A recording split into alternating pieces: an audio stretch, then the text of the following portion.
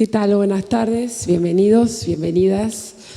Bueno, como saben, este es el segundo encuentro del ciclo Rondas, que es un ciclo que organiza el Departamento de Literatura del Museo en el marco de las exhibiciones temporarias que se hacen.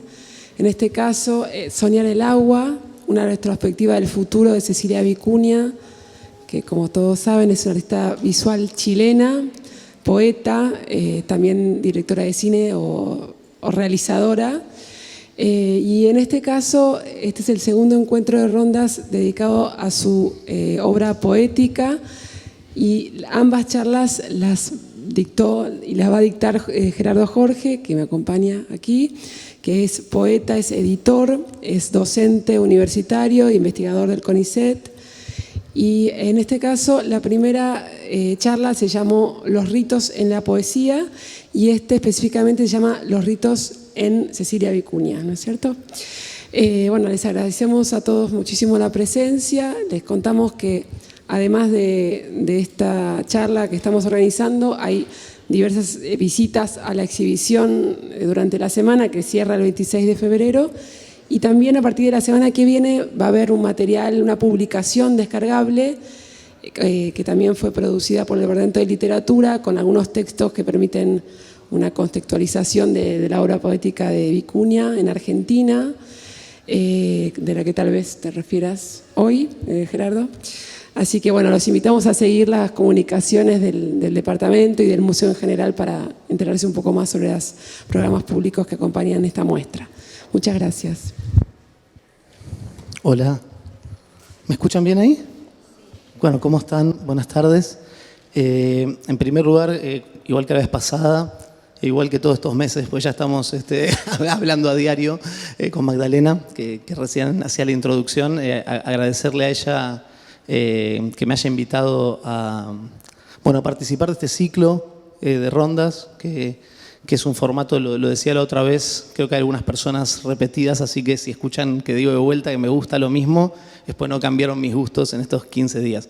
Que me gusta este formato que tiene una cosa informal, pero también eventualmente una cosa festiva. Yo sugerí que se agregue el vino, como si fuera en el simposio a la manera de la antigüedad en este tipo de encuentros. No llegamos para esta vez, pero todo lo que no se hizo ahora se puede hacer después. Pero bueno, decirles que estoy muy contento de poder estar participando de esta actividad y en este contexto que es el contexto de la exhibición de Cecilia Vicuña. La charla anterior, para quienes no estuvieron, como adelantaba Magu, fue una charla más general acerca de la relación entre la ritualidad y el arte y la poesía, ¿no? Digamos, comportó básicamente dos líneas, ¿no? Una, tratar de pensar por qué sería relevante o por qué podría ser interesante para nosotros pensar en qué es un ritual y qué relación tiene con la mentalidad occidental, contemporánea, con las formas de vida que son hegemónicas al día de hoy. Y la segunda parte de la charla fue tratar de reconstruir una tradición en la cual se verificaba en qué grado importante tuvo presencia la noción de lo ritual, la dinámica de lo ritual en la historia del arte y de la poesía modernos, sobre todo, ¿no? Pero también empezando por pensar en las manifestaciones de las culturas en las cuales la ritualidad tiene un lugar estructurante, ¿no? Entonces, la vez pasada hablamos de esas dos grandes cuestiones y para comenzar voy a recuperar un par de cosas de allí y después avanzar a hablar sobre Cecilia. No quería dejar de mencionar algo, pues me iba a olvidar, sino que es que cuando me presentó Magu mencionó que, entre muchas otras cosas que hacemos los poetas y artistas y editores para vivir en la Argentina, soy investigador del CONICET. En el día de hoy hubo una protesta en el CONICET a propósito de la política de reducción, de recorte, de ataque sobre el financiamiento a la actividad científica, de pensamiento, de conocimiento en general que está teniendo lugar en la Argentina en este momento. Así que quería aprovechar este espacio también para manifestarme apoyando ese reclamo. No tengo ninguna duda, aparte, de que es pertinente no solo a título personal, sino en el contexto de esta exhibición, donde Cecilia ha sido históricamente también una activista en cuestiones de índole política que tienen que ver con la historia política de América Latina, de nuestra región, de nuestro continente, de nuestra precariedad, justamente.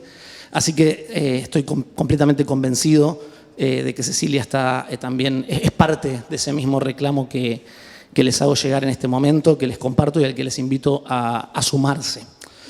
Bueno, dicho eso, la charla de hoy, la idea es que podamos usar este mismo concepto de lo ritual para recorrer algunos momentos, algunas instancias, algunas piezas de la obra de Cecilia Vicuña, que como bien Mau les adelantaba, es una obra que tiene múltiples ámbitos, ¿no? Tiene un ámbito que puede pensarse como más poético, libresco, incluso performático, y tiene otro ámbito más vinculado a las artes visuales, al videoarte, tiene otro ámbito más vinculado a lo textil, es decir, es una obra completamente multidimensional en ese sentido, y a mí me parecía, cuando Mau me invitó a participar de estas charlas, que bueno, que justamente pensar un concepto, ¿no?, que pudiera reconocerse en obras de diferente formato, justamente que permitiera trazar un hilo conductor posible a través de toda la producción de Cecilia, era una buena estrategia, ¿no? Más que hablar, por ejemplo, de un tema o de una etapa específica de su obra, ¿no? Que podía ser una invitación a ver los hilos subyacentes que comunican obras de una trayectoria de más de 50 años, ¿no? Entonces yo elegí hablar de los ritos, y la vez pasada, les decía que les iba a recapitular esto, traje una definición, si ustedes quieren, un concepto de un pensador italiano que a mí me interpela mucho, que es Roberto Calasso, donde él define el rito como ese conjunto de prácticas, ¿no?, que sucede en un espacio y en un tiempo específicos y diferenciados del tiempo corriente, pero no como cualquier conjunto de prácticas que se repita y que suceda en un espacio, en un tiempo específico, etcétera, etcétera, etcétera, con un alto grado de regulación procedimental, ¿no? Sino que Calasso dice que el rito es ese conjunto de prácticas que se lleva a cabo para entrar en contacto con aquello que es invisible o con aquello que es inverificable. Es decir, es una técnica humana para entrar en contacto con algo que para el paradigma, por ejemplo, científico moderno, es algo acerca de lo cual no se puede en principio hablar, ¿no? Es decir, con una experiencia que no es abiertamente transmisible, testificable, comprobable, ¿no? Tomé ese concepto porque me parece muy provocador para pensar cuáles son las cosas, cuáles son las experiencias que nos sobran y cuáles son las experiencias que nos faltan en la vida contemporánea. Calasso dice que nuestro mundo es el mundo que surge del abandono del rito, que el mundo secular, el mundo en el que vivimos, es el mundo donde el rito ha perdido peso social y ha sido reemplazado por la mera técnica, por el procedimiento. Es decir, seguimos habitando prácticas absolutamente regladas, ¿no?, metódicas, pero no tienen como finalidad, o al menos no en forma dominante, ponernos en contacto con estas realidades que nos exceden, ¿no? Eso fue lo primero de lo que hablamos la vez pasada, y para mí eso es una cosa que define entonces ya un campo que es cómo sería un arte, cómo sería la obra de un artista, como el caso de Cecilia, que pone en el centro esta cuestión de la ritualidad y qué lugar, qué relación estaría teniendo con la mentalidad dominante en el tiempo en el que nosotros vivimos, digo en el tiempo y en el espacio, ¿no?, en Occidente en especial particularmente, ¿no? En principio podemos ver una obra que trata de caminar a contracorriente de esa mentalidad dominante si coloca esta práctica como uno de sus elementos fundantes, como uno de sus elementos más constantes, como uno de sus elementos más obsesivos en términos de su aparición. Y lo segundo que había planteado la vez pasada, que también me parecía importante para un poco ayudar o invitarles a recorrer juntos toda la riqueza de estas obras de Cecilia, que tenemos por unos días más, nada más aquí en Argentina, lamentablemente, y que seguirán su viaje, era pensar que existe toda una tradición, ¿no? Y que con toda la originalidad o con toda la impronta propia que tiene la obra de Cecilia, sin duda alguna la obra de Cecilia es parte de una continuidad es parte de un vector de la historia de la cultura, o mejor dicho, de las culturas, me gustaría decir, en el cual Cecilia, a lo largo de sus décadas de trayectoria, ha ido abrevando de diferente manera, ¿no? Entonces, la vez pasada, luego de pensar por qué el ritual era importante, por qué el ritual sería una práctica que interroga nuestra manera de entender el mundo hoy, que de algún modo tensiona con la omnipotencia de ese sujeto moderno, con el antropocentrismo de esa modernidad, porque el ritual es como intentar conectarse con algo que no controlamos, con algo que nos excede, es decir, cómo resitúa el ritual al ser humano en un tiempo y un espacio dado. Pensar que hay toda una tradición artística que uno puede pensarla primero en las culturas, en los pueblos ancestrales. La vez pasada hablamos de los indios cuna de Panamá, que tienen unos famosos cantos encantatorios sobre los cuales escribió Claude Lévi-Strauss, y empezamos hablando de las técnicas rituales en la poesía a partir de ese hermoso ejemplo, ¿no? Esos encantamientos que hacían los indios cunas de Panamá para aliviar los dolores del parto, para atenuar el sufrimiento de la locura, etc. Y de ahí pasamos a hablar de personajes como María Sabina, que por supuesto es una chamana mazateca que ha sido homenajeada explícitamente por Cecilia Vicuña en más de una oportunidad, tanto retratándola como citándola o evocándola en sus poemas y en sus escritos. Y de ahí llegamos a pensar que hay toda una tradición que nos es más cercana, que podríamos rápidamente puntuarla diciendo el dadaísmo, figuras como Antonin Artaud, Henri Michaud, John Cage, Yoko Ono, que son todas figuras poderosamente familiares para entender que hay una constante en el arte moderno y contemporáneo y en la poesía en particular, porque todas estas figuras que acabo de mencionar son figuras también que tienen como un desempeño en diferentes ámbitos de la actividad artística, ¿no? Que vuelven sobre esta cuestión, que intentan sostener o recrear la dinámica de lo ritual adentro de esa cáscara que nosotros en nuestra sociedad, en el tiempo que nos toca, llamamos arte. Pero donde lo que importa siempre más que las definiciones es qué tipo de dinámicas ponemos en funcionamiento. Entonces, nos interesó la vez pasada hablar de que existe esa tradición para entender que Cecilia Vicuña es parte de una tradición, ¿no? Otro elemento que también me parece importante, y con esto termino la introducción, que es enfatizar que toda singularidad es singularidad en relación con una serie en la que se inscribe y tiene que ver con que toda cultura que merezca ser llamada tal es una construcción colectiva, ¿no? Otro concepto que también está en una situación de alto grado de deliberación social, no solo en nuestro país hoy, sino en el mundo entero, ¿no?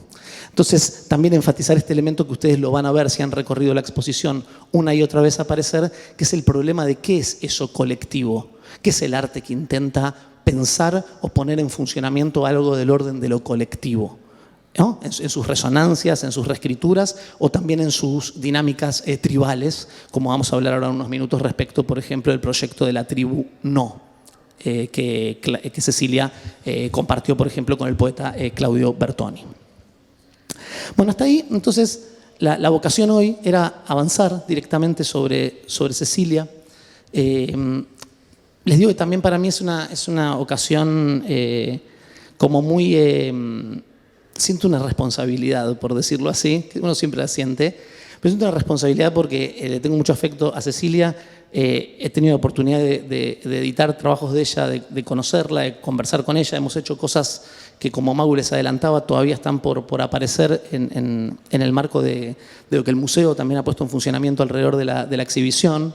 Y realmente siento que es una ocasión muy feliz poder hacer esta charla en el marco de la exhibición misma. En este caso, la anterior fue en la biblioteca, y tratar de invitarles a compartir un recorrido posible entre muchos otros. Esto es lo que quería decir con lo de la responsabilidad, ¿no? Son centenares de piezas, y piensen que aquí no están las decenas de libros también, o hay algunos exhibidos, ¿no? Quiero decir, pero es una obra que tiene también una gran vastedad en términos de obra poética. O sea que tomen lo que yo les voy a contar hoy, o lo que les voy a comentar hoy, como un paseo orientado por mis intereses, por mis gustos, por mi sensibilidad, y que intentaré que no se resuma solo a eso, sino que pueda construir alguna idea o noción que ustedes se puedan llevar de aquí, ¿no? Pero siempre entendiendo que hay muchos otros ángulos posibles para recorrer lo que Cecilia hace. El punto principal sería decir, ustedes entran aquí y ven desde un video o una película, como lo quieran llamar, como ¿Qué es para usted la poesía?, 1980, Cecilia en un rol de entrevistadora o de recolectora de testimonios en las calles de Bogotá, preguntándole a la gente qué es la poesía, pero también ven las más imponentes obras textiles, los quipus, también pueden ver todas las pinturas verdaderamente fantásticas de Cecilia de los años 60 y 70 que están en la sala aquí de entrada, aquí a mi derecha. También ven instalaciones, también pueden ver los precarios abajo, es decir, también ven los libros exhibidos, también ven una cantidad de videos en los cuales se la observa a Cecilia llevando a cabo pequeños actos, pequeñas acciones, operaciones en entornos en general naturales, ¿no? O bien ver estas fotografías que tenemos aquí atrás que también registran otra acción, que es la del vaso de leche. Y seguramente una pregunta que puede aparecer es, bueno, ¿cómo encontrar un hilo conductor en una trayectoria que tiene un rasgo tan experimental, que no está adherida exclusivamente a ningún medio, a ningún formato, a ningún soporte, ¿verdad? Que va de algún modo mutando e investigando. Mi idea es que el rito, que la idea de lo ritual es uno de esos conceptos que podemos encontrar como una constante que define el espíritu de la obra de Cecilia. Cuando digo rito, en este caso, lo digo en el sentido de que vamos a poder encontrar, mirando esas obras, obras que podríamos considerar que son ofrendas. Vamos a poder encontrarnos con obras que podemos considerar como ritos en términos de la producción de subjetividad, del cambio en el régimen de subjetividad de quien participa del rito. Me refiero en este caso, por ejemplo, al rito del matrimonio colectivo de la tribu No.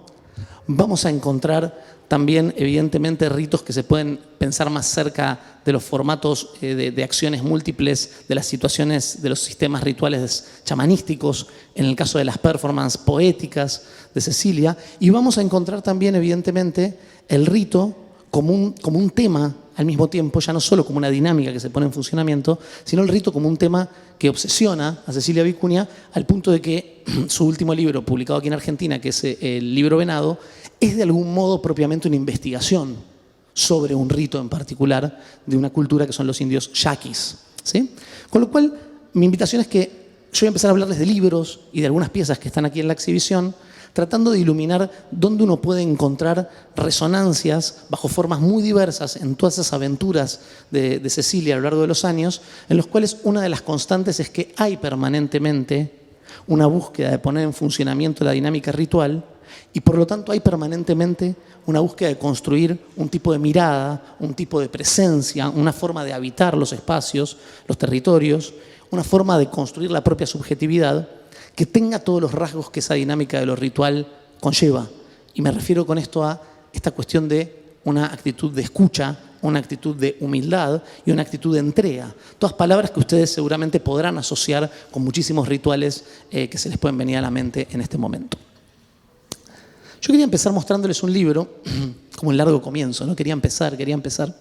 ¿Qué es este? Este libro, aunque flamante, donde se la ve a Cecilia, como pueden ver, jovencísima, lozanísima y bellísima, por otra parte, como lo sigue siendo. Bueno, El diario estúpido.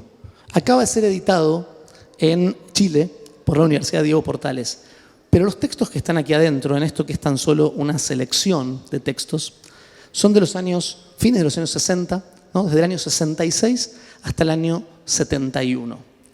Uno podría pensar que esta obra a la que me voy a referir, que los precarios que ustedes pueden ver en la sala que está en el nivel -1, como le dicen aquí, donde está el quipu menstrual también, y que la tribu No, conforman una especie de tríada, ¿no?, de autogestación del artista y de la persona Cecilia Vicuña. Estamos hablando de fines de los años 60 y estamos hablando de una mujer de 18, 17, 19 años en ese momento, ¿no? Parte de las piezas que ustedes están viendo aquí han sido producidas por una persona que tenía 19, 20 años cuando comenzó a concebirlas, ¿verdad? Estas tres obras tienen en común que son o presentan diferentes variantes de esto que yo les estoy denominando como una práctica artística de lo ritual. El diario estúpido es un manuscrito, en realidad, que se acaba de rescatar un poco en parte como consecuencia del movimiento de visibilización que la obra de Cecilia tuvo en los últimos años, a partir de la premiación en Venecia, sobre todo, y demás, pero que estuvo durante décadas, como se pueden dar cuenta, oculto, inédito, y que son más de 1.500 páginas el manuscrito original, del cual aquí esta edición rescata una porción, por supuesto, menos de la tercera parte. ¿Qué es lo interesante del diario estúpido? Que el diario estúpido es un texto que Cecilia comenzó a escribir allí con 18 años y durante más o menos 4 o 5 años sostuvo el rito justamente de la escritura diaria, ¿no? Podemos empezar a pensar que la escritura de diarios tiene esta dinámica de lo repetitivo y en algún sentido de lo reglado que se comunica con la fisonomía procedimental del rito, ¿no? Pero hay un sentido particular que me interesa, que es pensar este libro en el cual la palabra estúpido es una palabra muy importante para entender lo que sucede en este libro, que es la idea de escribir cualquier cosa prácticamente que se venga a la mente. Cuando uno recorre este libro, lo que encuentra, ahora les leo unos fragmentos, es desde ideas o protomanifiestos hasta declaraciones desesperadas de desesperanza por el mundo, hasta invectivas contra amigos, hasta declaraciones de amor, hasta relatos de sueños, ¿no? Es decir, tiene esa dinámica todo cabedora de la escritura íntima y del diario, pero además tiene esta propuesta, ¿no? desde su propia titulación, de plantearse como una escritura que se vincula con lo estúpido. Es decir, con aquello que aparentemente no tendría el derecho a participar o a ser reconocido como una práctica artística o cultural.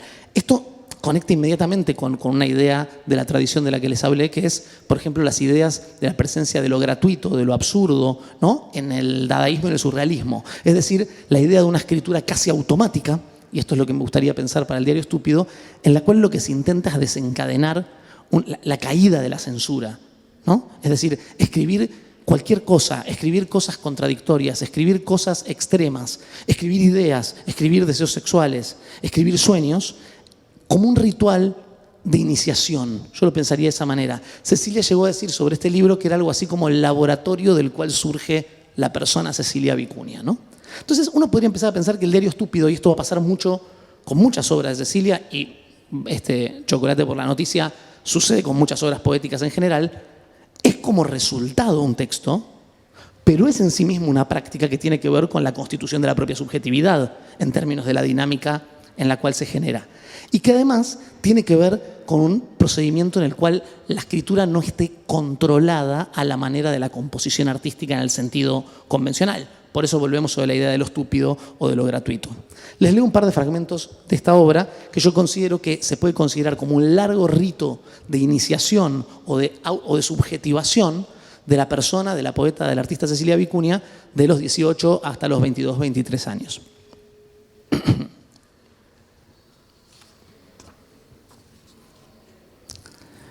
Dice Cecilia en la nota que encabeza la edición, ¿no? Sí, en esta dirección de lo que yo les mencionaba.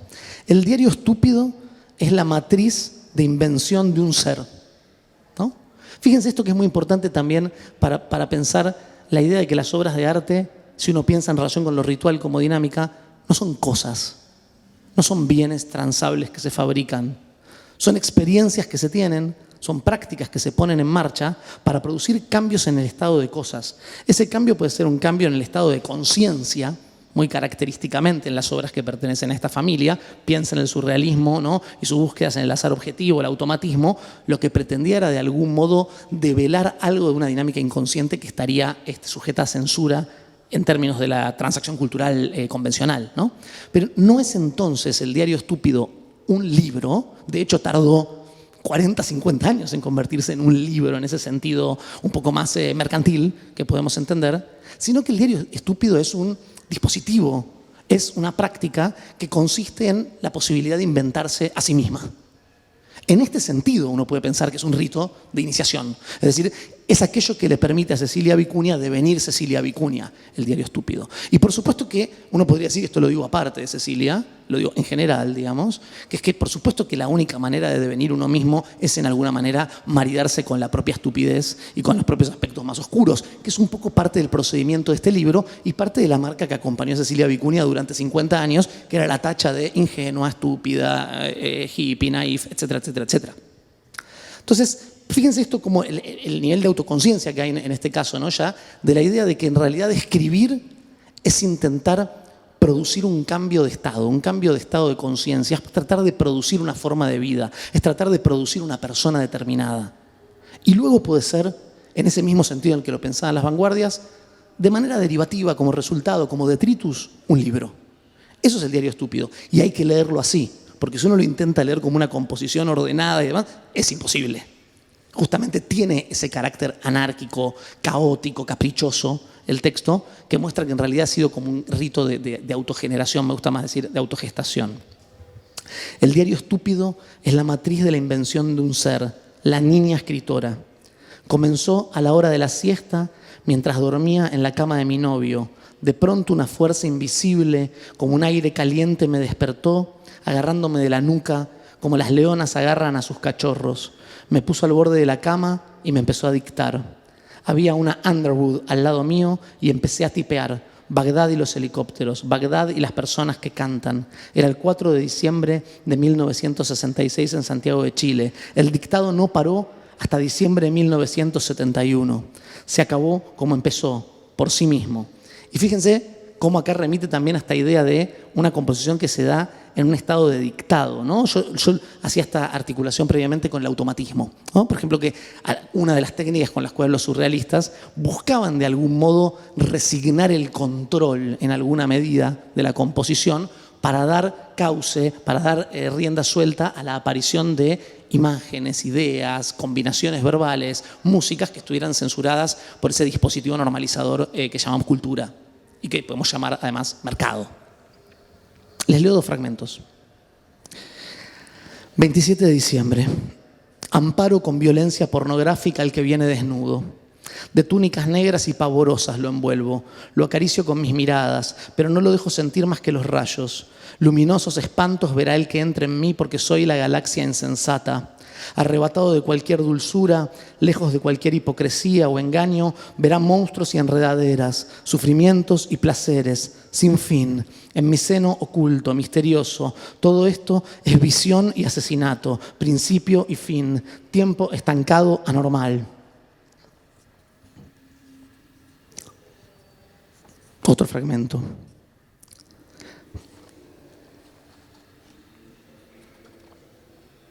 Todo es incurable. Me asalta la sensación de que no tengo piernas. Esto, aparte de tenerlas. Quiero decir que hay otra cosa más que me cuelga, con movimiento y fuerza propia. Además, no he podido enterarme qué es lo que he soñado. Me saltan, digo nuevamente, inseguridades. Hace tiempo que no escribo. Me siento casi paralizada. Mi profesión es la poesía. No tengo necesidades ulteriores. No debo yo bajar a la parte norte del río, donde me impartirán obligaciones, como hacen con todo el que entra ahí con las intenciones de ser mejor, más grande, más conocido. Las circunstancias me han llevado a seguir aparentemente esta carrera cinematográfica o de universidad. El lucimiento de la personalidad que aquí acaece no es menor que el del celuloide. Las almorranas se hacen indispensables y otras actitudes también conocidas. Me siento fría y enferma, pero se supone que no debo quejarme. El olor del invierno ya es repugnante. Verlo tirarse de espaldas sobre mi cabeza. Y sigue. Entonces el diario estúpido es un rito de iniciación. Es la matriz de invención de un ser. Es la escritura poética en la tradición de la vanguardia, pero también en la tradición visionaria, una tradición que a Cecilia, por supuesto, le va a ser muy cara. Cuando digo visionaria, digo, pensemos en artistas como William Blake, también por otra parte, al mismo tiempo artista visual y poeta, y también aventurero de la creación de formatos, de formas, uno de los protagonistas de la gestación de eso que hoy llamamos libro artista, ¿no? Pensar en esa idea de un dispositivo visionario que le permite a la persona que está tomando la palabra, que está tomando la escritura, empezar a ser, conquistar el ser. Se inicia, deviene. En ese sentido es como un primer rito importante, y quiero enfatizar algo importante en esto, ¿no? También, Y es un rito invisible. Justamente la idea de invisibilidad que yo les decía que Roberto Calazo asocia con el rito, ¿no? De intentar contactar con lo invisible. En el caso de los ritos de Cecilia, muchas veces ha sido no solo el intento de contactar con eso invisible, inverificable, más que humano, sino que ha sido el acontecer en el marco mismo de la invisibilidad cultural, quiero decir, ¿no? Pues piensen que este libro que les acabo de leer lo estamos pudiendo leer ahora, después de 50 años. Pero mientras tanto fue solo la matriz de producción del ser Cecilia Vicuña. Esto es muy importante en el contexto de narcisismo social en el que vivimos hoy, ¿no? También, que es pensar que esto existió y fue una obra de arte y un rito independientemente de que durante 50 años solo lo conocieron los amigos, colegas, amigas de Cecilia, ¿no? Y esto quiero que lo retengamos a lo largo de todo este pequeño momento que vamos a compartir, porque para mí es un aspecto ético importante también. Yo a veces lo asocio con una trayectoria como la que tuvo León Ferrari también, que es que a veces que el reconocimiento llegue tardíamente es una fortuna, porque, y la propia Cecilia lo dice en el librito que hemos cocinado acá con Mau, que es, bueno, cuando no hay la posibilidad de acceder de manera regular a la visibilidad y a la consagración, uno se apodera de uno de los mejores bienes que puede tener, que es no tener expectativas reales puestas en eso y entregarse a la verdadera investigación, ¿no? A la investigación que surge de la propia pulsión, de la propia búsqueda, de las propias inquietudes éticas, políticas, espirituales, ¿no? La trayectoria de Cecilia tiene ese rasgo, pero quiero enfatizarlo aparte doblemente porque hoy muchas de las cosas, muchas de las técnicas, muchas de las ideas que ustedes van a encontrar representadas en esta muestra, bueno, forman parte del discurso institucional también del arte, ¿verdad? Pero lo importante es que recordemos, Cecilia Vicuña empezó a hacer algunas de estas cosas hace 50 años, cuando eso lo que le costaba es que la trataran de estúpida, para decirlo con una palabra suave, y descubrió que lo mejor era evitar esa estupidez, de alguna manera, ¿no? Encontrar ese intersticio, ese espacio cultural de la estupidez. Bueno, diario estúpido, entonces. Yo decía que después, para esos mismos años, si ustedes pudieron recorrer la muestra, ¿ya? No, más o menos. Bien. En la sala que está atrás de la tienda, la librería, está la instalación imponente del quipu menstrual, pero hay una instalación lateral hecha con lo que Cecilia llama los precarios, que son estas pequeñas esculturas hechas con materiales encontrados, con lo que ella dio en llamar siempre basuritas o caquitas, ¿no? Que en general eran restos, rezagos, ¿no? Dejados por la marea en la orilla del mar, en sus comienzos en la playa de Concón, en Chile, donde Cecilia en algunos casos articulaba estas pequeñas esculturas que en muchos casos terminaban siendo esculturas efímeras, ¿no? Porque eran compuestas ahí episódicamente en el entorno y tal vez eran luego removidas o retiradas o abandonadas allí, y luego también comenzó a hacerlas en su taller, ¿no? Y empezó a fotografiarlas, a registrarlas, a mostrarlas. Hay un elemento ahí que para mí es importante también, que es que más allá de que yo creo que este concepto de lo precario, ustedes van a ver que es uno de los conceptos que de algún modo definen, ¿no? La sensibilidad y los intereses de Cecilia Vicuña. Yo creo que, además de eso, esas piezas son de lo más delicado, de lo más frágil y de lo más elocuente que uno puede encontrar en toda la exhibición y en toda la obra de Cecilia, y de lo más visionario también, porque el concepto de lo precario es un concepto, lo decíamos hace un rato, medular, vehicular de nuestra sensación de ser en América Latina. Y esto ha sido algo en lo que profundizó mucho Cecilia en su poesía y también en estas piezas, y que anticipa gran parte de la cultura relevante, por ejemplo, en nuestro país, que nosotros tuvimos en los años 90, ¿no? Otra época también donde se produjo precariedad de manera programada. Foucault decía: expulsión del 30% de la población a las tolderías y sin queja, ¿no? Comparándolo con lo que es el proyecto de la dictadura, ¿no? que era un proyecto de expulsión violenta a las tolderías. Bueno, en esa época nuestro arte más relevante, ¿no? Y cuando digo arte más relevante digo el arte del Centro Cultural Rojas, pero también digo la poesía, la llamada poesía de los 90, tienen como denominador común central la idea de lo precario. Lo precario de los materiales, lo precario del estado de conciencia, etc. Cecilia trabajando con este concepto durante décadas también, ¿no? Como digo, en un plano silencioso, Es algo para destacar. Ahora, ¿por qué pensar los precarios también desde lo ritual? Bueno, porque claramente desde el punto de vista más elemental tienen la estructura de una ofrenda, en este caso, ¿no? Es decir, parte de la idea de los precarios que ustedes encuentran allí tiene esta misma ambivalencia que está en el Diario Estúpido, que es, uno puede mirarlos como una escultura, en efecto, y algunos son esculturas bellísimas, ¿no? Extraordinarias. Muchas veces se las asocia con el arte povera o con los móviles de Alexander Calder, etcétera, pero es otra cosa, ¿no? Pero son esculturas, por un lado, una gran sensibilidad formal, pero hechas con estos materiales que al mismo tiempo tienen como una historia y una impronta propia, y uno puede pensarlas como esculturas, pero al mismo tiempo no son cosas, son vehículos de la ofrenda. La idea era, piensen en ese comienzo prácticamente off-sistema del arte, de la composición de estas piezas, en las cuales lo importante era más bien la articulación de esa pieza allí, antes que la idea de poder convertirla luego en un objeto contemplable dentro de los cánones del discurso estético, ¿verdad? Con lo cual, ahí aparece una idea de una ofrenda mínima, íntima, que por otra parte reduplica ese concepto de humildad en el sentido antropológico, que está en el centro de cualquier pensamiento de lo ritual, en el sentido de Calazo que les decía, que es la idea de hacer una escultura interviniendo lo mínimo posible en el ambiente del cual nos nutrimos para obtener los materiales. Es decir, ni siquiera ir a la conquista de los materiales, sino esperar que la propia marea expulse algo y lo deposite por un rato allí y arrogarse el lugar de lo que a mí me toca hacer es hacer algo con lo que la marea me da.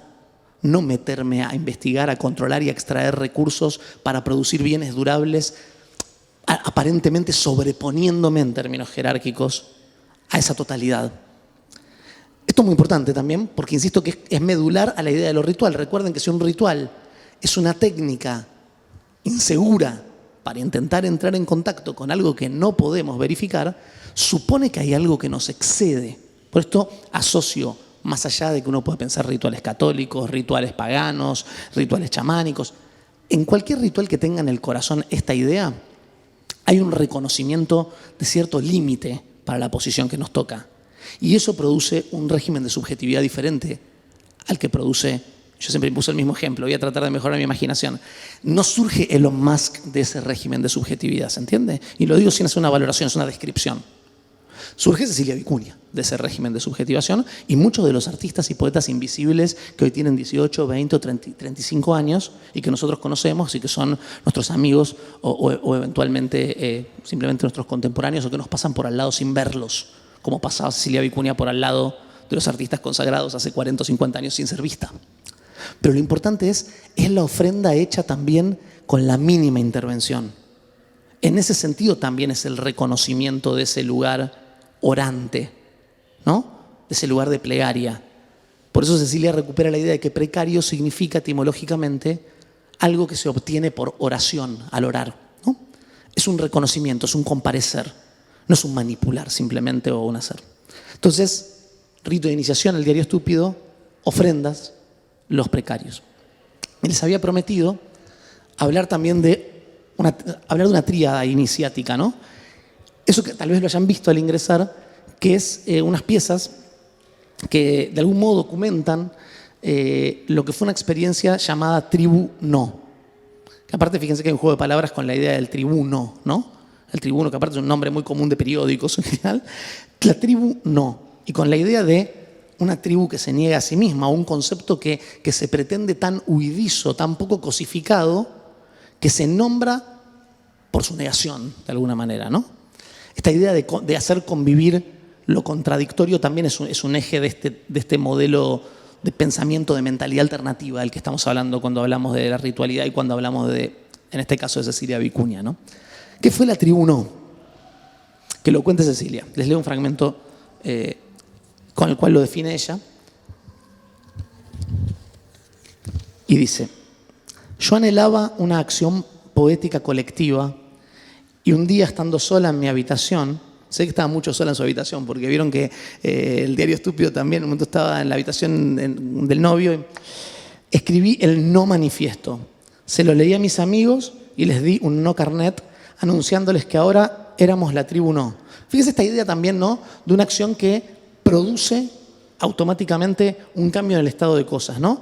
Quienes eran individuos separados hasta ese momento devienen, a partir de esta especie de práctica artística, ficcional, de nominarlos como parte de algo, devienen parte de un nuevo constructo. En este caso, que alude a lo tribal. Por supuesto, al aludir a lo tribal, alude directamente a lo ritual nuevamente también, ¿no? Pero éramos la tribu no. Se rieron de la ocurrencia y no hicieron caso. Pero el nombre quedó y ellos participaron conmigo en performances poéticas en la ciudad. Nuestras no acciones no se documentaron. Confié entonces en que la memoria colectiva de la ciudad las retendría, y así fue. En la actualidad, la ya inexistente tribu no es una leyenda en Santiago, dice. Si ustedes ven las piezas que hay allí, que tienen desde panfletos donde hay citas copiadas de discursos incendiarios de Antonin Artaud, yo les mencionaba como una figura muy importante en esta tradición, justamente, ¿no? Es decir, acá hay una referenciación directa, ¿no?, en la idea de Artaud, que era aquel que quería hacer del teatro un rito mágico, ¿sí?, de liberación de las fuerzas humanas, de las fuerzas pulsionales, de contacto con lo inconsciente y con lo trascendente. Además de tener esa especie de vinculación declarada con ese imaginario de la tribu no, es decir, de producir volantes, manifiestos en los cuales se citan estas ideas y demás, y de tener un carácter decididamente iconoclasta y contracultural, ¿no? Hay un texto muy célebre que está reproducido, creo, por completo aquí en la exposición, que se llama Los hijos deben enseñarle a los padres, donde ante la invitación a un congreso de literatura redactan este texto. Es un texto absolutamente incendiario y una impugnación ética a la participación de la mascarada cultural a los otros poetas y escritores. Entre otros, en un momento dicen: Marta Traba, dale, vení con nosotros, abandoná esta mascarada, ¿no? Es genial. Pero a lo que me quería referir es a que esta aventura en la dinámica de los colectivos artísticos, que también es muy importante en la historia de Cecilia y que también es muy importante en la relación entre arte y ritos en la tradición latinoamericana. Miren, si no, este afiche que tenemos aquí atrás, que es del colectivo de acciones de arte, integrado entre otros por Raúl Zurita, Lotti Rosenfeld, ¿no?, que también era un colectivo y que también se dedicaban a hacer propiamente lo que podríamos denominar ritos. En esa aventura colectiva, imaginaria en alguna medida, de la tribu no, uno de los actos que llevan a cabo está documentado con una fotografía aquí, que es un matrimonio colectivo. Ustedes saben que un matrimonio, por supuesto, es un ritual de nuestra sociedad civil por excelencia, en el sentido no necesariamente de que produzca un contacto con algo trascendente o invisible, aunque podríamos pensar que si está fundado en el amor realmente tiene que producir un contacto con algo trascendente e invisible, pero, y lo digo sin ironía, y el matrimonio colectivo en todo caso es como una reinvención, ¿no?, de una dinámica ritual ya normativizada en la sociedad. Es un intento de intervenir en la tradición de los rituales, ¿no?, es decir, de producir nuevos rituales que reescriben los antiguos y ya establecidos rituales. Típico, ¿no?, de colectivo artístico de vanguardia, que es como lo que está tratando es de, a través de un nombre y de un rito, de legitimar o producir una nueva forma de vida. En este caso, si ustedes quieren, más festiva y menos exclusivista desde el punto de vista de la posesión en el vínculo amatorio, ¿no? Entonces, esto que está completamente cruzado con las cosas que se documentan en el Diario Estúpido y con todo aquel periodo, sería un ejemplo de otro tipo de ritualidad que aparece aquí en la tribu no como proyecto. Pero aparte les quería leer algo, que es que la tribu no consistía efectivamente, como todo esto de lo que venimos hablando, más en acciones que en cosas. Por eso Cecilia dice, bueno, de la tribu no quedó mucho, ¿no?, en términos materiales. ¿Por qué? Porque se dedicaban a proponerse hacer cosas, pero no hacer cosas como esta, hacer acciones. Por ejemplo, les leo un fragmento de una lista de no actividades que la tribu no proponía poner en marcha como parte de, muy bueno esto, que Vicuña llamaba, dice acá este catálogo, el hueveo, ¿no? ¿Vieron en chileno? Se está hueveando como estar haciendo. Y dice, por ejemplo, acciones propuestas: bailar desnuda con Aretha Franklin, hablar sin parar, leer y escribir poesía, pintar, plantar árboles, tejer suéteres, jugar, ver televisión, escribir obras de teatro, manifiestos y juegos infantiles. Y continúa, ¿no? Hay como una idea, fíjense que uno podría decir en realidad que esta idea de hablar sin parar, pensado como un acto ritual, como un acto performático. Nosotros tenemos un gran artista medianamente invisible también en la tradición argentina, que fue Ricardo Carreira, que hacía estas cosas. Irrumpía en un evento cultural muy artodianamente, también en ese sentido, como cortando el simulacro de la cultura.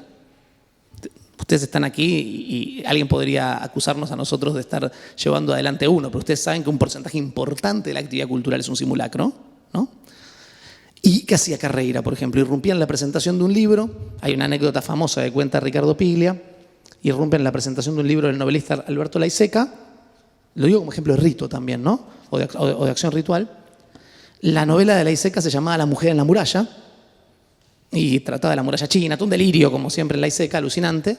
Y en un momento Carreira, artista de la generación de Cecilia, o sea, que actúa en la segunda mitad de los años 60, los 70 y 80, la generación de Roberto Jacobi, Marta Minujín, pide la palabra y inicia un parlamento acerca del modo de construcción de la muralla china que ya no se detiene hasta que lo echan del lugar y se va por Florida. Esto había sido en ese momento, creo que en el ICI de ese momento, ¿no? El antepasado del Centro Cultural de España, lo expulsan del lugar y se va así. Pero había iniciado un discurso, dice, completamente conspiranoico, delirante, Carreira, en el cual daba una explicación alternativa de cómo había sido construida la muralla china, que parecía prácticamente, hablaba hasta de cómo la gente se tenía que reproducir para que no quedarse sin mano de obra. Este acto que efectivamente le hizo caso a la tribu, ¿no? Hablar sin parar. ¿Qué pasa si hablamos sin parar? No sabemos cuál es el resultado. O quiero decir, sabemos que algunos de los resultados pueden ser el escándalo, en efecto.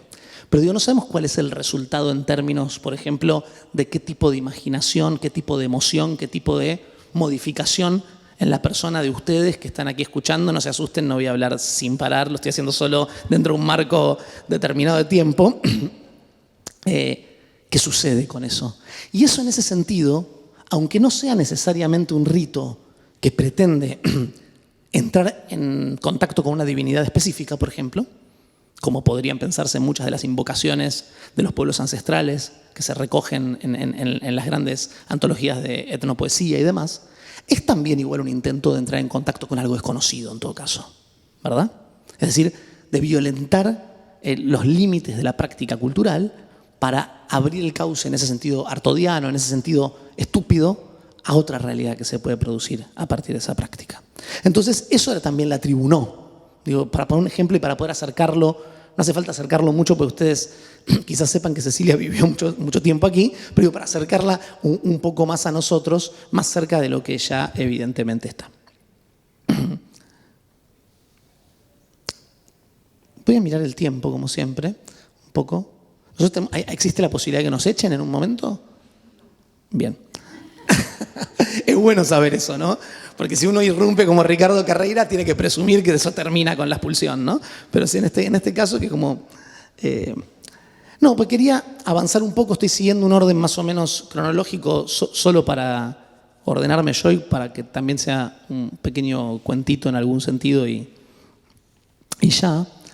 Y decirles que en realidad uno podría, yo ahora voy a acelerar un poco temporalmente a un tiempo más cercano, pero que uno podría pensar gran parte de las pinturas también que están en esta exposición y muy salientemente la que encabeza el recorrido, ¿no? La que da pie al recorrido aquí arriba, que es la pintura La muerte de Salvador Allende del año 73, que es una pintura, por otra parte, en términos propiamente pictóricos extraordinaria para mí, ¿no? No es un aspecto que se destaque en general de Cecilia, porque como Cecilia fue cambiando, ¿no? Y de golpe dice, bueno, ahora poeta, ahora pintora, ahora artista textil, ahora activista, ahora es como que no quedó cosificada en ninguno de esos roles y no cotizó, ¿no? A la manera en la que podría haberlo hecho otra pintora con sus mismas dotes, evidentemente, ¿no? Que si esa pintura es una pintura que tiene cierto viso expresionista absolutamente alucinante, y muchas de esas pinturas se pueden pensar también de vuelta en esta dualidad, en que no son simplemente pinturas que han sido producidas porque había un encargo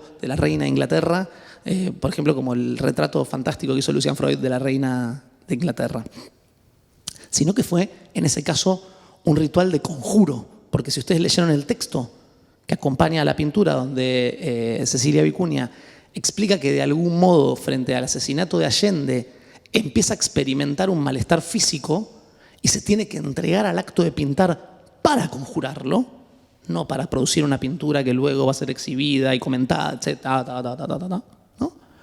Podemos entender que también acá está esa lógica de que lo que justifica una acción artística es que tenga algún tipo de ligazón con alguna de estas dinámicas: la ofrenda, el conjuro, la iniciación, la producción de una forma de vida determinada, la evocación de algo más grande que nosotros, que nos sitúa en un lugar de pronto más humilde o más silente, ¿no? Entonces también lo quiero decir eso, porque voy a pasar de largo ahí. Las pinturas en muchos casos también se podrían pensar desde esa lógica, ¿no? Desde que es una lógica que también obviamente se puede pensar en términos de lo catártico, ¿no? Naturalmente, sobre todo en esa explicación que aparece allí. Pero pensarlo de ese modo, y tal vez eso explica por qué Cecilia no se convirtió en una pintora que serializó sus procedimientos ad nauseam, como suelen hacer mis amigos y amigas artistas visuales, ¿no? Porque hay que vivir de algo también, ¿no? Esto es muy importante decirlo. Lo que sí, pero acá es como que pesa más todavía por el nomadismo en términos personales de Cecilia a través de diferentes países y ciudades, y por el nomadismo de su lenguaje, ¿no? Pesa más también la idea de que esa pintura es tan una cosa, es tan una imagen, como el resultado de un conjuro contra el dolor social, físico, estomacal, personal del asesinato de Allende, ¿no? Y fíjense cómo acá, y esto también lo quiero destacar, porque el lenguaje de la ritualidad, a veces, los lenguajes de la espiritualidad en general, muchas veces pueden ser presentados de un modo más o menos despolitizado, como si la conexión con un régimen trascendente supusiera la negación del régimen inmanente, nada más lejos de Cecilia Vicuña, ¿no? O sea, trascendencia, espiritualidad y Allende están en una misma serie, porque todos están en una misma serie, por otra parte, no existe posibilidad de separar eso. Y con eso paso a la siguiente obra que les quería comentar, que a mí personalmente les invito, si nos podemos quedar unos minutos cuando terminemos, que la vean, que se metan con atención, que es la pieza que habrán visto que es como una especie de rancho que hay aquí, que se llama La Ruca Abstracta. Es una obra del año 74 y que está conectada con el lugar donde la espiritualidad, lo inverificable, lo invisible, las almas, lo trascendente, se conectan con lo histórico, lo político, lo inmanente y lo que está nombrado. Porque ¿qué es la ruca abstracta? Cecilia lo definió como la idea de construirle una casa espiritual a Salvador Allende, ya asesinado. Primero, es una idea fantástica, ¿no? Es una idea hermosa, es una obra que ella produce para un festival que repudia la dictadura y el golpe en Chile, ¿no? Desde el extranjero, y luego se pierde, como todo, ¿no? Es decir, la parte de la obra se pierde y lo que nosotros vemos aquí es una recreación contemporánea que hizo ella para poder mostrar nuevamente. Pero una ruca, ¿no? Fíjense que yo les decía siempre que lo ritual está vinculado con un tiempo y con un espacio diferenciados también, ¿no? Que parte de lo que hace de algo un ritual es que produce un territorio diferente, aunque sea durante un rato, ¿no? Que perturba o extraña un espacio determinado para poder abrir la puerta a esas resonancias inverificables, inseguras, dudosas, ¿verdad? Por supuesto, el modelo más obvio de esto es ingresemos a cualquier iglesia, a cualquier templo. Es decir, es un espacio que se separa del espacio de lo corriente para abrir la puerta a aquello que en la vida corriente aparentemente no sería aquello que tiene que dirigir nuestros actos en todo el tiempo, por lo menos, ¿verdad? Es decir, para una experiencia que a priori puede ser menos útil, justamente, que no tiene un resultado práctico en el sentido más concreto, pero que también tiene que ver con esta indagación, con esta pregunta, con este otro estado de atención, ¿no?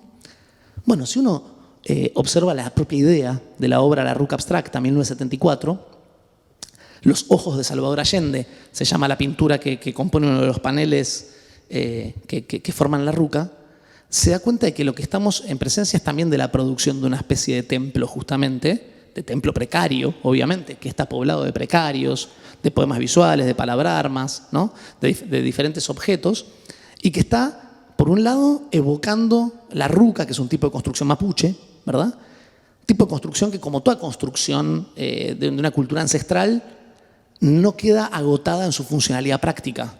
Y esto la coloca en serie con aquel paradigma del que venimos hablando, ¿verdad? Es decir, una ruca es un lugar donde se puede vivir, efectivamente, donde se vive.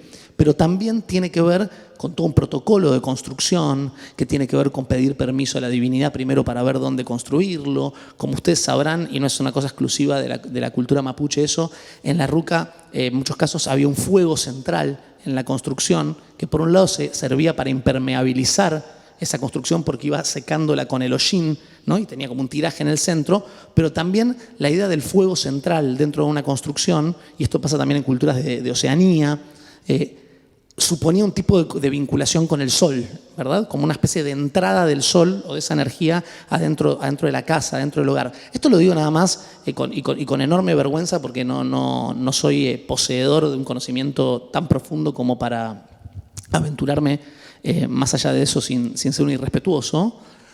Lo digo para que entendamos que la evocación que está haciendo Cecilia Vicuña es la evocación de un tipo de construcción que tiene las connotaciones de una vivencia espiritual en la tierra.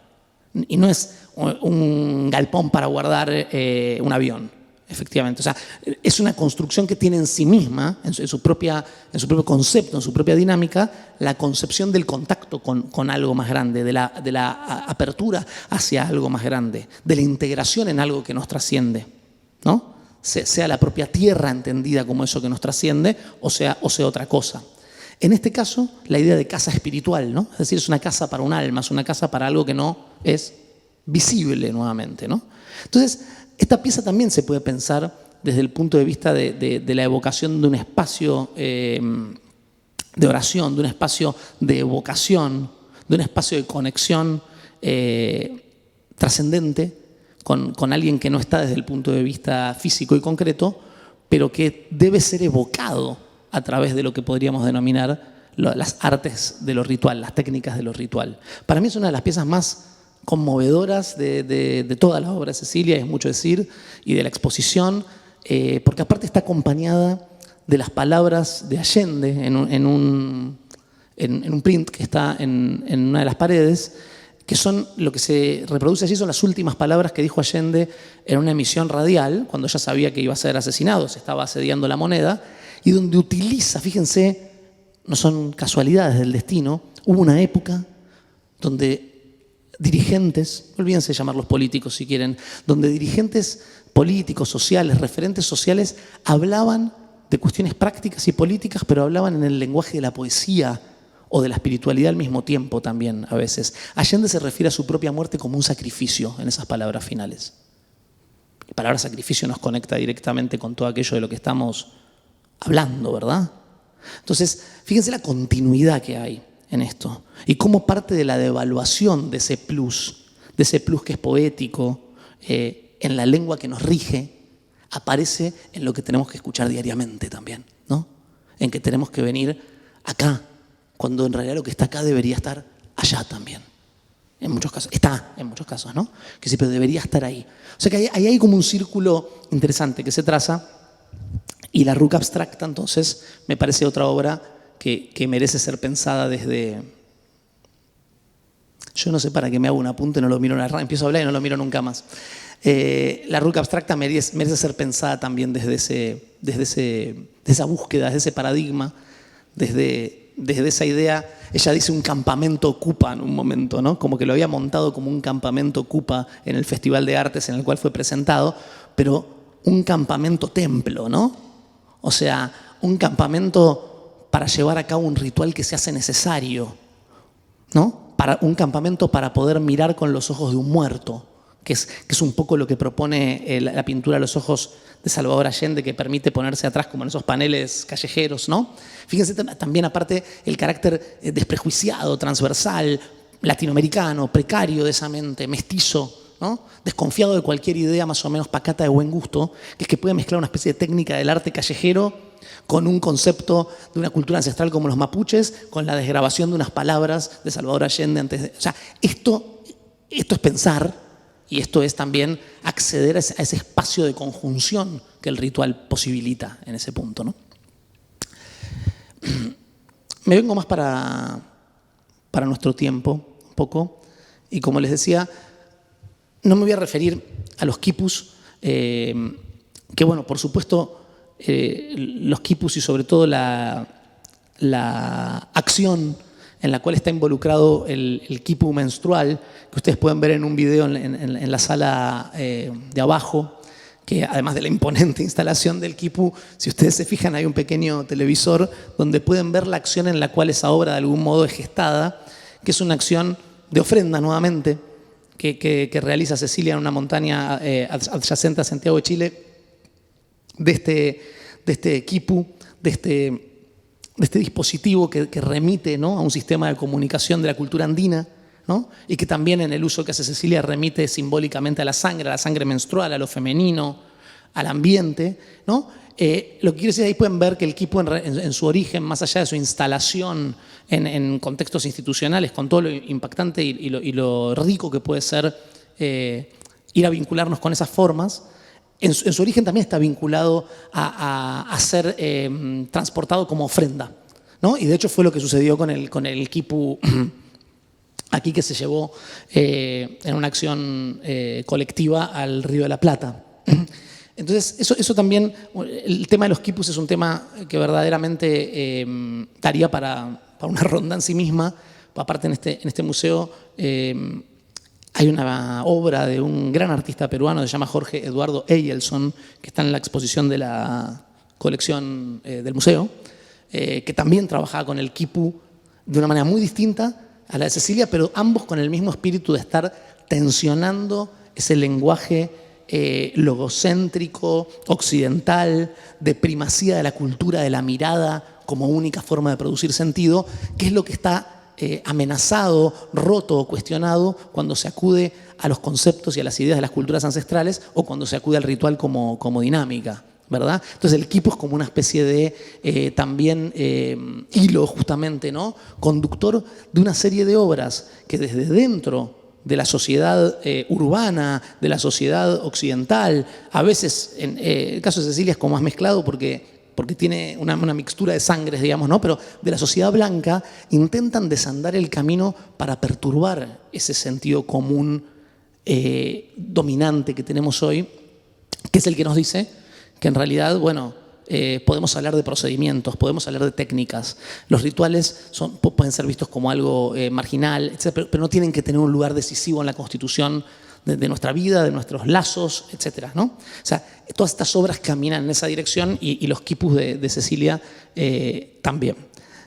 Yo quería terminar lo que traje para compartirles hablando un poco más de poesía de nuevo y decirles que en este largo recorrido en el tiempo y en las variantes, ¿no?, en las que aparece la activación de esta noción como la práctica o como el concepto o como la forma de estar que propone la obra de Cecilia, y la persona de Cecilia lo propone también. Quienes hayan estado en la velada que hicimos, Arroyo de la Voz, se llamó como un verso de ella, hicimos una lectura cuando la exposición no había sido inaugurada todavía, que organizamos aquí con Magu, con la idea de evocar este sentimiento de lazo, de amistad colectivo, que siempre está muy presente en esta cosa de lo tribal, en esta cosa de una humildad,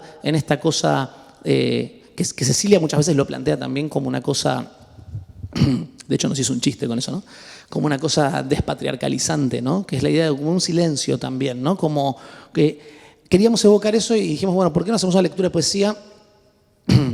Y la lectura que sea con personas que Cecilia elija, que son amigos o personas con las que tuvo lazos aquí en Argentina, y que entonces sea una lectura, pero que también sea un encuentro de amigos, ¿no?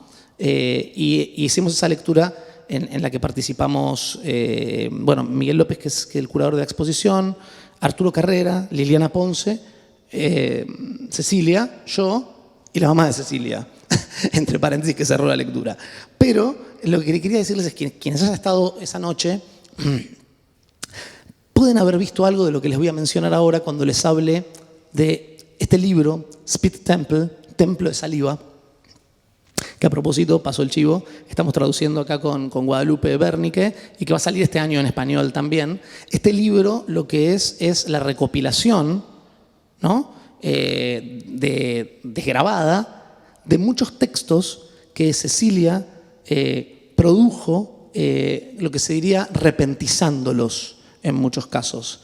Es decir, improvisando, ¿no? Como quien se presenta a una lectura de poesía y en vez de sacar algo y ponerse a leerlo, comienza a decir, ¿no? Comienza a decir, comienza a recitar, comienza a canturrear, comienza a salmodiar, porque todas esas inflexiones diferentes de la voz, del ritmo, del tono, aparecen en el tipo de oralización que hace Cecilia Vicuña, y ustedes de hecho pueden verlo si van al Quipu Desaparecido y escuchan la instalación sonora, digamos, y van a escuchar un poco lo que es Cecilia cantando, leyendo, diciendo mezcladamente, ¿no? Lo que digo es, esa noche tal vez hayan podido escuchar algo de eso quienes hayan ido, pero es algo que Cecilia de los años 90 en adelante empezó a hacer con más constancia, que es esto, ¿no? Hacer presentaciones poéticas. A mí no me gusta, siempre digo lo mismo, no me gusta la palabra performance, y Cecilia la usa un montón. Entonces yo voy a decir lecturas, improvisaciones poéticas, presentaciones, en las cuales lo que hacía era justamente eso, ¿no? Como actuar, recitar de memoria, contar una anécdota, cantar, leer un fragmento, cerrar el libro, hacer alguna acción. Es decir, presentaba un tipo de procedimiento que, por un lado, desde el punto de vista, si ustedes quieren, formal, tiene muchas similitudes, como lo iba a reconocer muy bien un gran amigo de Cecilia, que es Jerome Rothenberg, el poeta Jerome Rothenberg, muchas similitudes con el comportamiento del chamán en acción, que es que el chamán es al mismo tiempo una especie de actor, de músico, de recitante, ¿no? Es decir, que por un lado se sale de la idea de que la lectura es venir con algo terminado a transmitirlo, y lo lleva a un lugar donde lo improvisado, lo espontáneo, pero también esta misma idea que estamos teniendo acá ahora, que es que yo no estoy leyendo algo, yo lo voy mirando, ¿no? Según, aunque ustedes no lo crean, según la cara que ustedes ponen, voy cambiando lo que digo. No el sentido, ¿no? Sino el modo en el que lo digo. O sea, que tiene que ver con una dinámica performática que es convivencial, en alguna medida. No es algo que lo haya inventado exclusivamente Cecilia, justamente, volvemos a decir, Cecilia lo hace a su modo, donde su canto, por ejemplo, es un canto que le valió que Leda Valladares le diga que ella era capaz de cantar el canto más arcaico de América cuando la escuchó cantar en Argentina. Es decir, es un canto que remite a formas de canto ancestrales. Esa es la particularidad de estas acciones o presentaciones o actuaciones poéticas de Cecilia Vicuña. Pero lo que digo es que también hay una tradición en pensar esa especie de ritualización de la lectura poética como premisa, como propuesta, que por supuesto viene de pensar las presentaciones de los dadaístas, de pensar el uso de la conferencia, el uso desviado de la conferencia en Antonin Artaud o en John Cage, donde también podía haber una heterogeneidad de situaciones, en el caso de Artaud, con transiciones hacia situaciones más o menos violentas directamente, por cierto, ¿no? O mucho más cerca en el tiempo y también mucho más cerca en el espacio de Cecilia, que en los 90, en los 2000 ya está viviendo en Nueva York, y muchas de estas lecturas se realizan allí. Una figura como la del poeta David Antin, que fue quien acuñó un concepto que es el concepto de talk poem, ¿no? Como el poema hablado, que también tenía que ver con la idea, una idea maravillosa y también bastante contracultural para la mente cosificante occidental, de que en realidad el texto, el poema o la composición viene después de la acción. No es que se compone el poema y luego se lo interpreta, sino que primero sucede el poema en la improvisación poética, o sucede toda la locución, llámenlo poema, es irrelevante de vuelta eso, ¿no? Hablar de poema o no poema en este caso ya llega a ser irrelevante, me parece. Y luego sucede algo que es como una especie de residuo o documento, que es el texto nada más, pero que por supuesto hay que ver con qué técnica incorpora todo lo que hubo allí de situación, ¿no? Entonces, esto fue algo que Cecilia empezó a hacer en los 90, este libro compila intervenciones de este tipo hechas del año 95 hasta el 2012, más o menos. Y bueno, es relevante ponerlo también nuevamente en esa tradición, ¿no? Que es una idea también que me gusta mucho, que como parte del intento de darle preeminencia a la situación por sobre el resultado, ¿no? Que es algo importante también la ritualidad, ¿no? Es decir, el resultado a veces es desconocido, ¿no? Si ustedes entran en una dinámica determinada en la cual están tratando de entrar en resonancia con alguna situación que no controlan, el resultado es desconocido, ¿no? Esa resonancia puede suceder o no. Bueno, millones de otras situaciones que hay, pero la situación importa, ¿no? Lo importante a priori para que eso tenga posibilidad de existir es que dispongamos la situación. Por eso todas las técnicas, todos los procedimientos, lo que veíamos la vez pasada cuando leíamos algunos textos de Yoko Ono. Voy a tomar agua.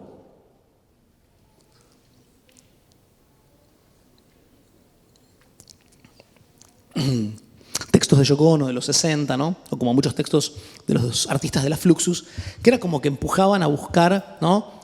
Situaciones donde se pudiera abrir una ventana a un tipo de percepción o de conciencia diferenciado, incluso en la vida cotidiana, ¿no? Como estos textos más o menos graciosos también de Yoko, del libro Pomelo, ¿no? Que son como instrucciones de decir, bueno, no hablarle a nadie por un mes, no hablarle a nadie por una semana, no hablarle a nadie por un año. No hablar con nadie hasta que todos mueran, ese día salir del cuarto, ¿no? Bueno, que tiene como una... Pero más allá de si es para llevarlo a cabo o no, es para poder figurarse situaciones, estados de conciencia, imágenes, instancias, ¿no? De lo vital que tal vez la vida reglada, cotidiana, regida por una especie de sensibilidad y de pensamiento empirista impide, ¿no? El ritual también es, en la poesía, en la tradición poética, en la tradición lírica, esa cosa que está en ese verso de Juan L. Ortiz tan fantástico que dice, querida mía, ¿qué seremos de acá 200 años? Es esa pregunta también. Es una pregunta que no se puede contestar. Pero que la pregunta produce un estado de evocación, de conciencia, de proyección, ¿no? Algo de eso está en toda esa manera de habitar la lectura de poemas, llevándola a este otro territorio, donde no es un poema que viene y se lee, sino que sucede una interpretación, una improvisación poética, y luego tenemos un documento de eso. John Cage decía que a él le había fascinado mucho descubrir que en ciertas prácticas de la música hindú y de otras músicas de Oriente, la notación venía después de la interpretación. No como sucede en nuestra gran tradición de música académica occidental, europea, en la cual la composición sucede antes de la interpretación, sería la idea, ¿no? En el sentido de la gran tradición de la música occidental. Eso también tiene que ver con este concepto, ¿no? Incluso con un concepto donde el control, nuevamente, donde la posición de un sujeto controlante no tiene ese mismo lugar tan total, ¿no? Y termino hablándoles de este libro. Este libro que un poco fue el motivo por el cual la conocí a Cecilia, hace unos años ya, la idea de hacer un libro, ¿no? Soy poeta, pero tengo esta editorial que se llama En Direcciones, donde hacemos libros más o menos imposibles. Un poco la premisa es no imposibles, ¿no? Pero como para otras cosas ya existe, ahí sí primó un concepto de mercado, que es para ofrecer más de lo que ya existe, para hacer libros fáciles de hacer, ya existen muchas editoriales, para hacer libros más o menos estúpidos o absurdos existen muy pocas. Entonces, en general tardan 50 años en hacerse. Entonces, a mí me late esa vena, digamos, ¿no? Entonces, cuando la contacté a Cecilia para decirle, bueno, mirá, no sé, te escuché hablar en una entrevista de un proyecto, de un libro sobre un ritual de los indios yaqui que nunca pudiste llevar a cabo. Pues la anécdota era como que lo había empezado a hacer hace 20 años. Fíjense la temporalidad, ¿no? Yo me consuelo con esto, tardo años en hacer cada libro. La temporalidad, ¿no? 20 años para hacer un libro y no perder la fe. No perder la fe, no perder el entusiasmo, ¿no? Ahora, en cambio, 20 minutos sin un like, se desinfla todo, ¿no? Nos tenemos como que estamos desesperados ya. 20 años, ¿no? Ella había iniciado esta investigación sobre la danza del venado, ¿no? Un rito de los indios yaqui, del cual también habla Carlos Castaneda, ¿no? Es decir, como un rito medular de esa cultura, y de otras de la región del desierto de Sonora, ahí en el norte de México, sur de Estados Unidos. Y bueno, el libro era un libro multiforme, y cuando avanzó en la investigación, la misma persona, que un editor mexicano, creo, le dijo, no, pues esto no se puede hacer, esto es imposible, ¿no? Es larguísimo, ¿a quién le importa esto? Bueno, en fin, el libro quedó, ¿no?, en un cajón, en ese caso físico seguramente primero, y luego, como solía decir Fogwill, en un cajón virtual durante mucho tiempo. Retomado cuando iniciamos esta conversación. Entonces, Cecilia, con una cosa que es una... Esto también parece como de chisme, pero no es de chisme, se los digo con honestidad, que es una persona muy... uno ve esta exposición gigante, ¿no? Pero es una mujer muy humilde en su manera. Dice, bueno, ¿qué quieres hacer? ¿No? Yo no sé, bueno, un libro, puede ser esto. Y ella me dice, mira, tengo estos 3, y me presenta 3 proyectos. Yo le digo, hagamos el que te parezca más desnorteado, el que te parezca más imposible de hacer. Entonces, bueno, claramente el libro Venado. El libro Venado es un libro inspirado en un poema cantado y bailado durante este rito sacrificial del venado en esta cultura, que aparte tiene una larga historia de documentación, ¿no? El poema fue, como ha sucedido muchas veces, como sucedió con los cantos de María Sabina, fue grabado por antropólogos, etnógrafos en alguna de sus interpretaciones, ¿no? Y luego fue desgrabado y plasmado en un documento, ¿no? Transcripto fonéticamente y traducido término por término en el Smithsonian Institute en Estados Unidos, ¿verdad? Que es como una especie de gran instituto de culturas del mundo, ¿no? Como de antropología y demás. A partir de ahí tuvo una historia interesante esto, ¿no? Todo el interés en esta cultura y en ese rito en particular, que incluyó la traducción que hizo el poeta Jerome Rothenberg del poema. Y Cecilia, de algún modo, como parte de todo su recorrido, sí, desde siempre interesado en una tradición ancestral que no era solo esa mirada de importar la modernidad de Europa que predominó durante mucho tiempo en nuestras capitales latinoamericanas, ¿no? Desde siempre interesada en un mestizaje entre ideas, nociones, prácticas y técnicas ancestrales de nuestro territorio y la información, múltiples comillas, de avanzada de la cultura occidental, llega en algún momento a identificar en este poema una conjunción, una relación con muchas otras ideas sobre la poesía que aparecen en culturas no blancas y no occidentales, ¿no? Entonces decide encarar este libro que ella lo define como una meditación. Es hermosa la definición, justamente pues nos remite a la cuestión ritual. Dice que el libro es una meditación sobre el ritual del venado.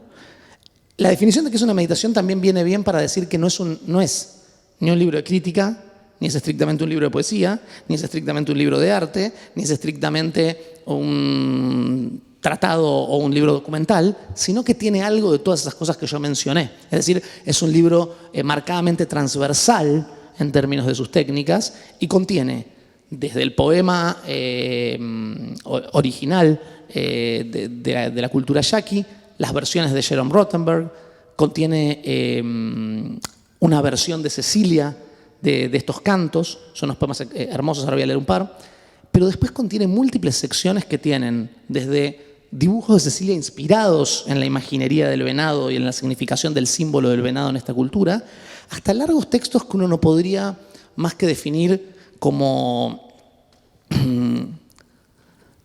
poemas en un sentido muy amplio, ¿no? Porque son textos escritos por momentos en verso, interrumpidos por citas prosificadas, acreditadas como si fueran un epígrafe, pero en el medio del desarrollo del texto, que luego vuelve al verso, que luego vuelve a otra cita, y donde aparecen desde Suzuki, María Sabina, científicos contemporáneos, José Lezama Lima, César Vallejo, teóricos de la traducción como Antoine Berman, etc. Es decir, una transversalidad disciplinaria y metodológica absoluta, ¿no? Algo que está más allá de vuelta de cualquier idea de género, de esto es poesía, esto es crítica, esto es traductología, esto es antropología, esto es historia. Entonces el libro es como un abordaje lo más comprensivo posible de una empresa que la propia Cecilia empieza por definir como posiblemente imposible de ser llevada a cabo con éxito, que es la reflexión está motivada en la idea de que obviamente hay una enorme alteridad, ¿no? Entre cómo vivimos, cómo concebimos la poesía en Occidente, cómo funcionan nuestras lenguas, cómo pensamos el libro, cómo pensamos la circulación de lo artístico y lo que está entrañado en este rito, ¿no? Entonces, el libro es como una larga meditación acerca de la posibilidad o no de recuperar algo de esa dinámica, que creo que es algo de lo que hemos venido hablando toda esta tarde, ¿no? Es decir, está la presencia de esto, está la presencia de que hay dinámicas rituales, de que hay cosmovisiones o formas de subjetividad que están más tocadas por la ritualidad como un elemento importante y otras que menos, pero también está la pregunta de hasta dónde, citando o refiriéndonos o intentando remedar esa dinámica, estamos todavía en posibilidad de salir de la jaula de nuestra propia epistemología, de nuestra propia manera de entender el mundo, de entender nuestro cuerpo, de entender lo que nos rodea. Esa pregunta, quien no la haga, por supuesto, es un hipócrita siempre, ¿no? Esto también forma parte de esta tradición. John Cage quería asimilar los conceptos del budismo, por ejemplo. ¿Qué hacía? Ponía un Buda en el living, como se puede hacer en muchas casas, en barrios cerrados, por ejemplo, ¿no? Al lado del hogar. No. Por supuesto, capaz había algún Buda o algunos Budas de colección, también había plantas, también había partituras. No, desarrollaba una obra donde aparecía la reflexión acerca de cuántas técnicas teníamos que poner en funcionamiento en Occidente para evocar algo parecido a lo que en otra cultura se podía evocar con mayor naturalidad. Porque cuando yo hablo están hablando 15 generaciones mías para arriba, desde la alimentación hasta la manera de pensar en mí. Por lo tanto, si yo quiero ir muy lejos de lo que hicieron esas 15 generaciones, tengo que empezar por ser honesto y decir, hay un camino que desandar, no me alcanza con ponerme la ropa. En Cecilia, esta idea está presente en el libro Venado. Es un libro acerca del inexorable fracaso en el intento de caminar hacia eso otro. Pero sin embargo acerca de la idea de que en el intento de caminar hacia eso otro aparece una transformación cultural, aparece una resonancia, aparece un eco de la resonancia aquella. Y eso tal vez es mejor que poder llegar.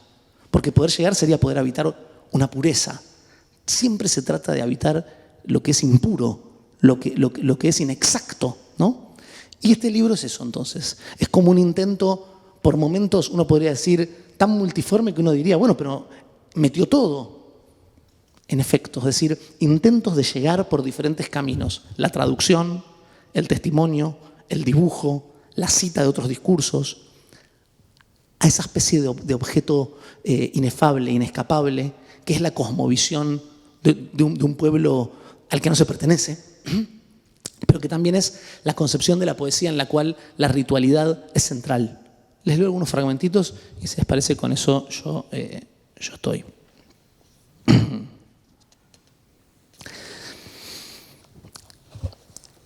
El libro comienza con un par de epígrafes dedicatorias.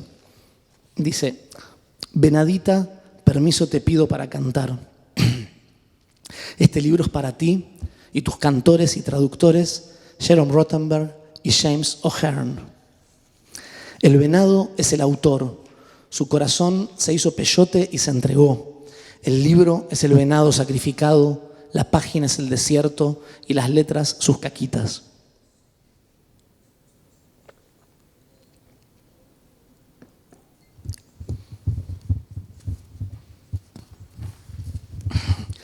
Vivo en este poema hace tiempo y vuelvo a él por cualquier resquicio, cualquier entrada que me dé.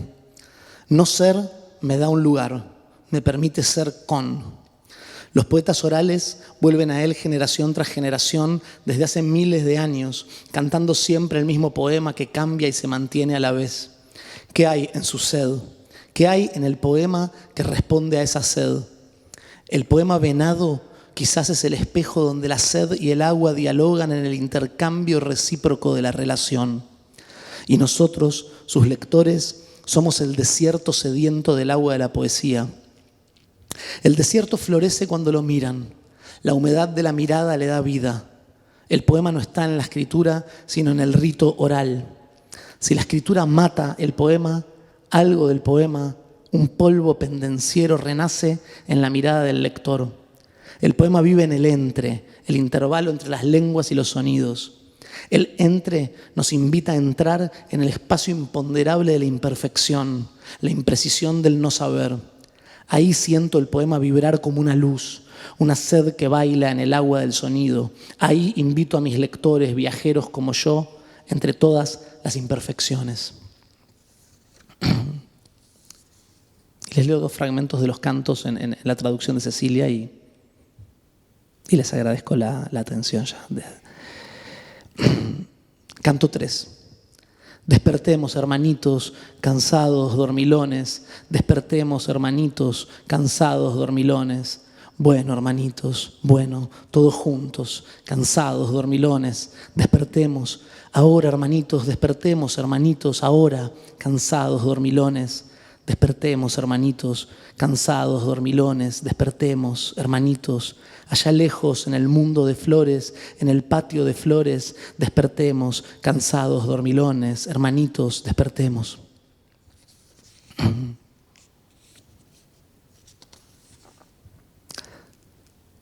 Canto 8. Venado de polvo, venado de viento, encantado venado de polvo, venado de viento, encantado, tú eres el venado encantado del sonido.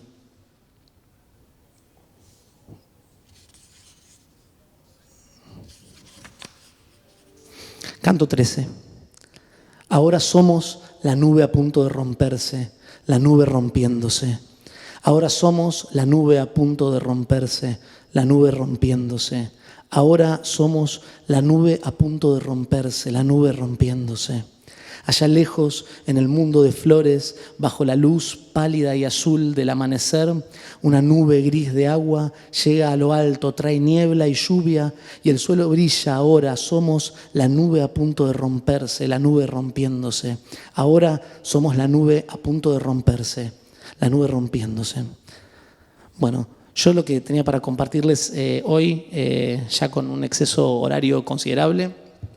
Mi padre cumple 80 años hoy, así que tengo que apersonarme a una cena en breve.